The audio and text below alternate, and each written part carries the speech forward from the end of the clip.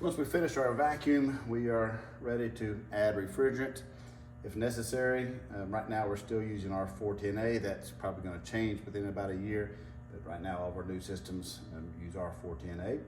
And so the unit comes with enough refrigerant for 35 foot of line set. So if it's 35 foot or a little bit less, then we don't need to add anything. We can just open our valves and the system's ready to go. But if it's beyond 35 foot, then we have a chart that shows you for each additional foot beyond 35 how much refrigerant is required.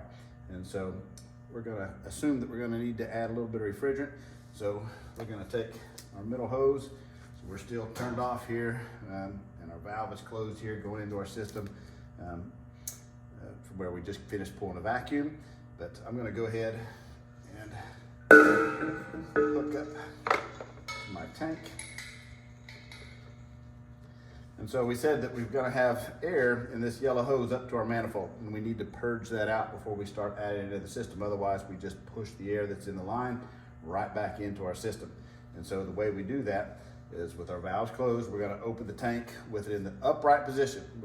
When it's upside down, which is the way we wanna charge it, it's gonna be putting liquid through the line. When we're in the upright position, it's gonna be putting a gas. We don't wanna shoot liquid through there. We're just gonna use gas. So I'm gonna go ahead and open that valve, and we're going to crack this center line open until we get all the air that came out. So you're not gonna be able to see the air, you're not gonna be able to tell the difference between refrigerant and air, but you just need to think about how much air is in this line and how long that's gonna take to evacuate.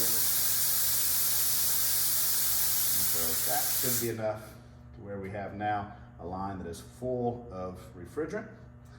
And we can now turn that upside down, put it on our scale, and we will zero out our scale. And then we're ready to start adding refrigerant, and we'll watch how much is going in. After we have calculated the required additional refrigerant, we'll weigh that in, and we can put that in through either line. But I like to put it in through the liquid line, but you can really put it in through either line at this point.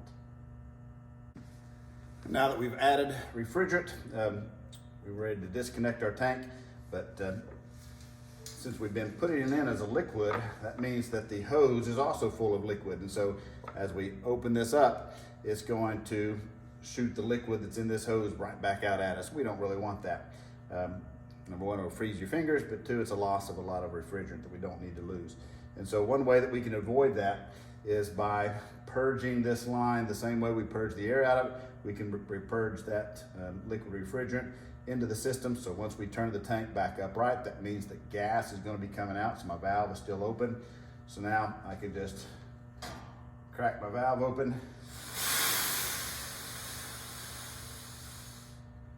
And that's going to shoot the liquid into the system. And now when I turn my tank off and open it up, all we should get is a little bit of gas come back out. And there we go. Now that we have weighed in our charge for the additional line set, now we can open up the service valves to allow the remaining refrigerant, or the refrigerant that's in the outside unit, to fill the system, and then we'll be ready to operate. So with our service valve wrench, there are multiple size fittings on here, so they should fit both the suction service valve and the liquid line. So we can open those up. There's a switch here on the side for which direction you want to go. We want to back those out, so I'm going the wrong way, so there we go.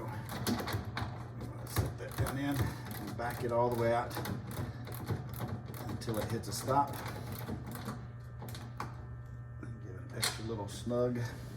And the same thing on the liquid line.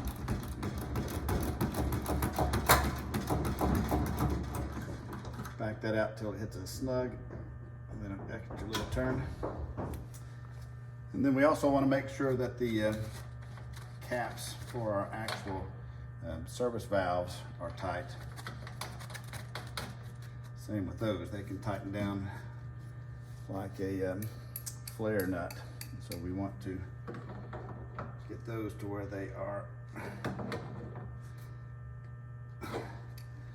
tightened down snug with our crescent wrench, not with channel locks.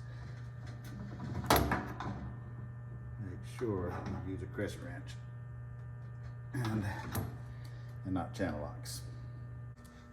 Now when we are ready to start the system, we had the disconnect in the off position all this time so that we don't get a shock hazard while we are working on the system, getting it ready to run.